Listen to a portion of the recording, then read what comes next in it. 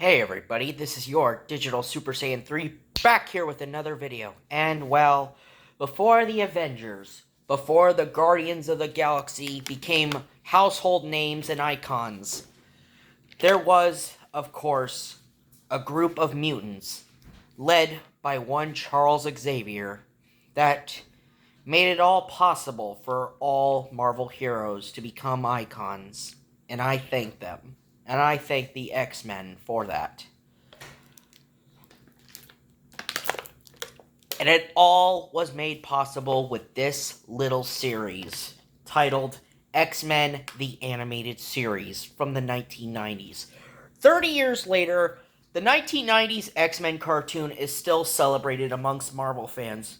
Regarded as one of the best animated Marvel shows possible, I thought I'd take a look and talk about my favorite episodes from this 30-year-old Uncanny series. See what I did there? Get it? Because the X-Men's original comic was called the Uncanny X-Men. Anyway, this is your Digital Super Saiyan 3's top 10 episodes of X-Men, the animated series.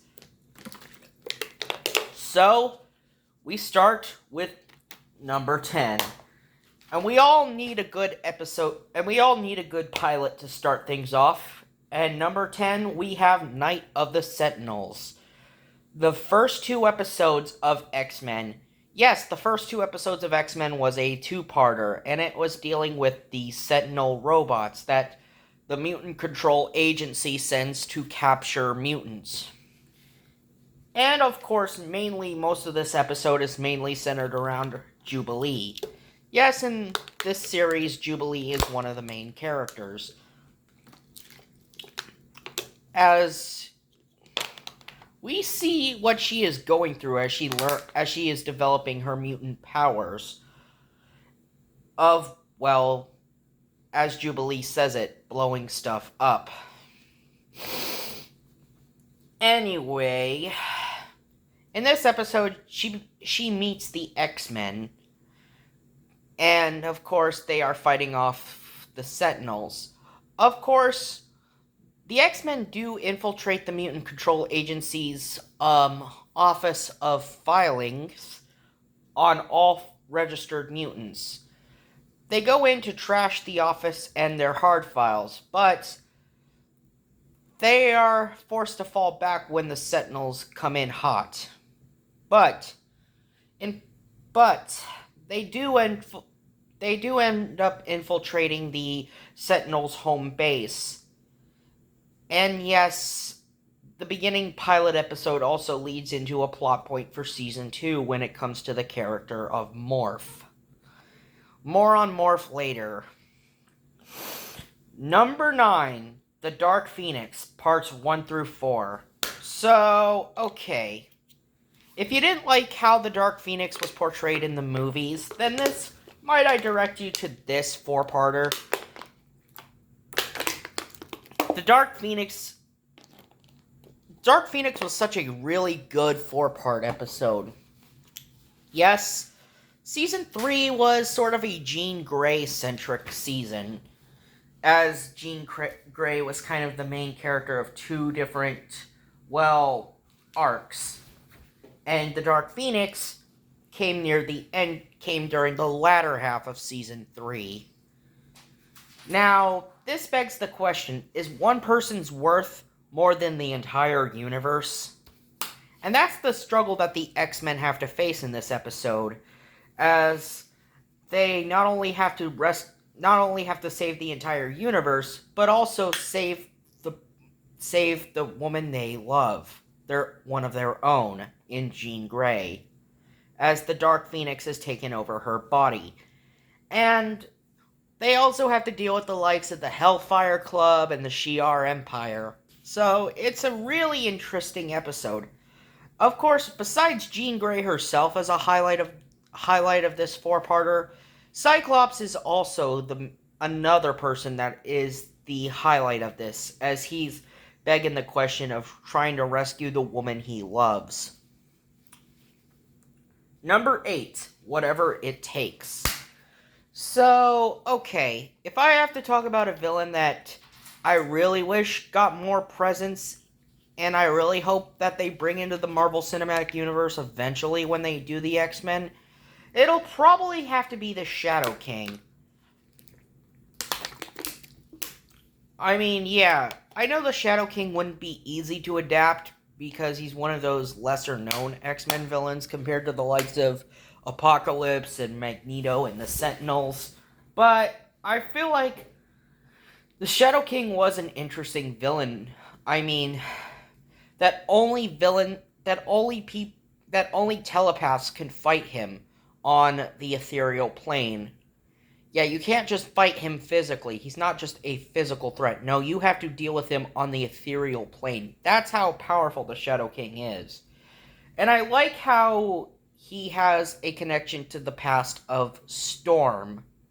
And yes, this episode is sort of a Storm-centric episode as she just got out of the hospital after following the premiere of Season 2, as she was injured by Morph, who is convinced that the X-Men betrayed him, and the X-Men are assuring him, no, we didn't betray you.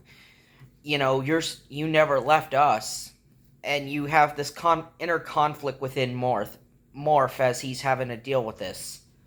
And yes, you have the B plot of this episode of Wolverine going to South America to find Morph, and Morph just doesn't want to go with Wolverine. But whatever it takes is mostly centered around Storm and Rogue as they are trying to rescue Storm's son, Visionary, as they travel to Africa. And Visionary gets himself possessed by the Shadow King.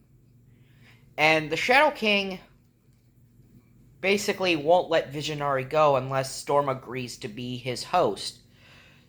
He takes over Storm's body, but they do end up getting the Shadow King out of Storm, and it leads to this high-speed chase through the ethereal plane as Visionary uses his super speed to outrun the Shadow King through the ethereal plane. Of course, Storm and Rogue do manage to save Visionary and trap the Shadow King. Of course, the Shadow King does come back in Season 4, so yeah, the Shadow King is an interesting villain is just an interesting villain. Number 7, One Man's Worth, Parts 1 and 2.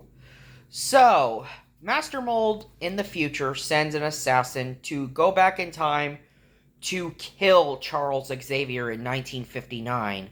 So, Wolverine, Storm, Bishop, and Shard go back to the past to restore the timeline. Oh, yes. And did I forget to mention this isn't the main version of Storm and Wolverine? No, it's an altered timeline, Wolverine and Storm. And they are a freaking couple in this alternate timeline as they're fighting against machines. And Magneto is the one leading a resistance. But One Man's Worth is a really good two-parter, not just for how important Charles Xavier is to the timeline, because without Charles Xavier, there would be no X-Men. But what I also love about this episode is the dynamic between Wolverine and Storm. I mean, if Wolverine didn't have that thing for Jean Grey, I would say that, yeah, him and Storm would make an interesting couple. I would actually want to see Wolverine and Storm actually make a couple. It should definitely be a whole thing, because Storm and Wolverine make an interesting couple. Speaking of Wolverine, here's an episode about him. Number 6, Weapon X, Lies in Videotape. So, in this episode, Wolverine heads to the place where he got his adamantium skeleton. The lab where he and his fellow Weapon X mutants, start to remember their past, as it was all set up by William Stryker. I mean, this episode's main highlight is the likes of Sabretooth, Maverick, and Silver Fox, who was Wolverine's sweetheart in another lifetime. And Wolverine did remember that he carved a tree with Logan plus Silver Fox. Logan and Silver Fox with a giant heart into it. I mean, this is a really, really intense episode. I mean, Beast also comes along to follow Wolverine, and there are some interesting dynamics as Beast is the one searching through the archives to help Wolverine and the rest of his Weapon X team. Number 5, Lotus and Steel. So yet again another Wolverine episode. This time Wolverine goes to Japan in search of inner peace. Because he almost offed a kid in the street, and he would have almost hurt Jubilee because of it, it also leads him to going to Japan to find himself, to find his purpose. And we see that purpose be reignited during this episode. And of course, this is the only appearance of the Silver Samurai. And I gotta say, I really like how the Silver Samurai is extorting this village with trying to have them pay protection. But yeah, like I said, this is a really amazing episode, and the highlight is definitely the final battle between Wolverine and the Silver Samurai. Also, Jubilee goes to Japan as well, taking one of the mini jets to look for Wolverine. And it's kind of funny when Jubilee is on screen when she is showing a picture of Wolverine. Number 4, Bloodlines. You want to know who's a good character that the 90s X-Men series did well? It would obviously be Nightcrawler. You know, Nightcrawler had 2 appearances. There was his episode titled Nightcrawler, and then Bloodlines. In this episode, Nightcrawler got a letter from his biological mother saying that she had been kidnapped by a group of mutant haters called the Friends of Humanity, which is led by Granite Creed, the son of Sabretooth. Now, Granite Creed,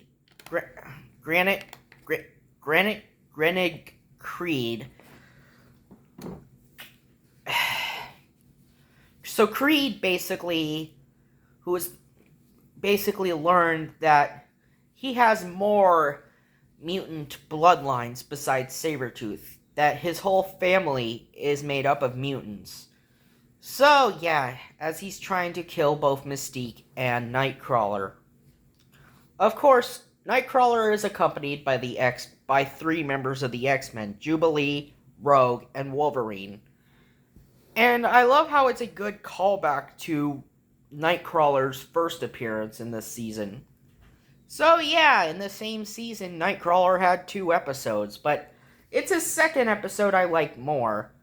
And I love how Wolverine, Rogue, and Jubilee are having to deal with the Friends of Humanity, as they were partial antagonists in the second season. Number 3, Cold Comfort. So, you want to talk about another X-Men that I'm glad they included in this show? Iceman.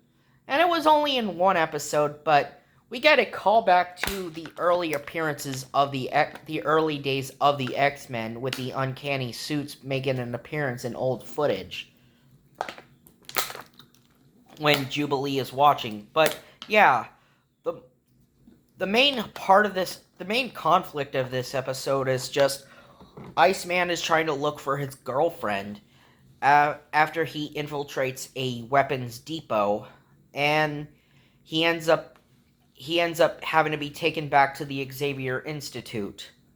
Of course, we actually learned there was some pretty bad blood between Iceman and Cyclops, as Iceman was someone who didn't take authority well, as he was sort of a rebel.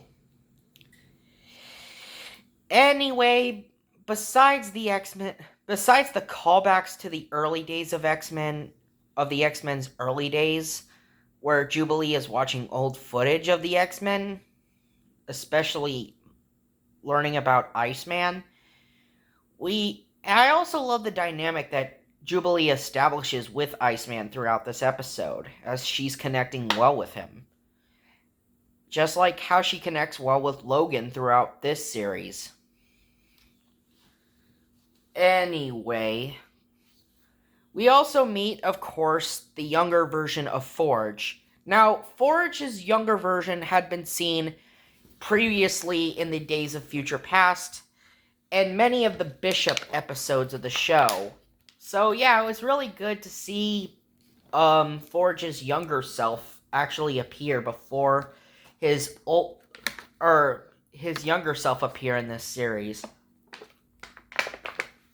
And he had his own mutant team titled X Factor. Number 2, Old Soldiers. Now, another Wolverine episode. But this time, we get a flashback before Wolverine got his adamantium skeleton. We actually see him serving in World War II. And, of course, he goes on a rescue mission to rescue this French scientist who had been taken by the Axis powers, mainly Hydra. And he teams up with the likes of Captain America, the first Avenger himself. What I love about this episode is the dynamic between Captain America and Wolverine. They definitely have one hell of a connection in this episode. I mean, just seeing Cap and Logan really establish this dynamic as they're taking on the Red Skull. It's just awesome. I gotta say, I liked Cap's appearance here a lot more than I did with his appearance on Spider-Man. Not to say I think Cap was done wrong on Spider-Man, no, far from it, but I don't know, I think this one was just a lot better with Cap in my eyes. It's just me. And yes, this is the only Season 5 episode that I did put on the list. And at number 1 is Beyond Good and Evil, parts 1 through 4. So, Apocalypse steals Cable's time device and uses it to travel to the access point of all time, as he wants to take control of the entire space-time continuum and rewrite it to his own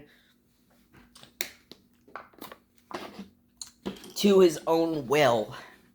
And he enlists the help of Mr. Sinister and his mutant followers, as well as Mystique, Sabretooth, and Magneto, to kidnap a bunch of psychics, including the Shi'ar Empire's own psychic named Oracle. And it's up to the X-Men to put a stop to Apocalypse as they team up with the likes of Archangel, Cable, and yes, even Bishop and Shard are in this episode as well. So, this was the most high stakes of the entire series, as this was the season 4 finale. And I gotta say, if any season of X-Men was the best season, I would obviously say lots of my favorite episodes of this season came from season 4. I would say X-Men season 4 is practically the best season of X-Men. Overall, I gotta say this was a great finale, and definitely the most high-stakes battle we ever got with Apocalypse. I mean, yeah, Apocalypse did appear a lot more throughout the series, but this was my favorite appearance of Apocalypse. Anyway, this has been your Digital Super Saiyan 3, and I gotta say, get ready for X-Men 97, because I cannot wait. See ya!